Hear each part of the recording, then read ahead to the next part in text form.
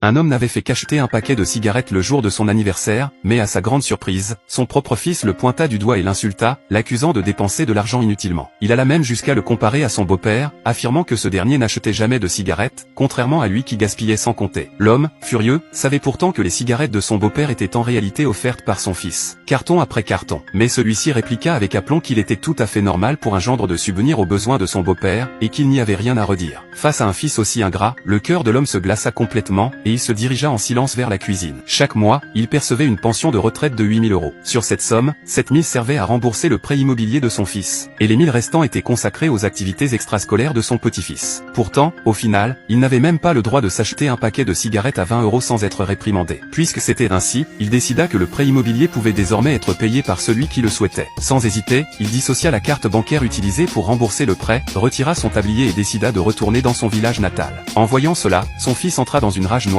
l'accusant d'ingratitude, affirmant que sans lui, il serait encore seul et abandonné à la campagne. Ces paroles ne firent qu'attiser la colère de l'homme. Autrefois, dans son village, il vivait heureux et libre avec ses vieux amis. C'était son fils qui l'avait supplié de venir en ville pour profiter de sa retraite. Mais à peine arrivé, sans même avoir posé ses bagages, il s'était retrouvé à servir de nourrice gratuite, même son petit-fils lui montant sur la tête.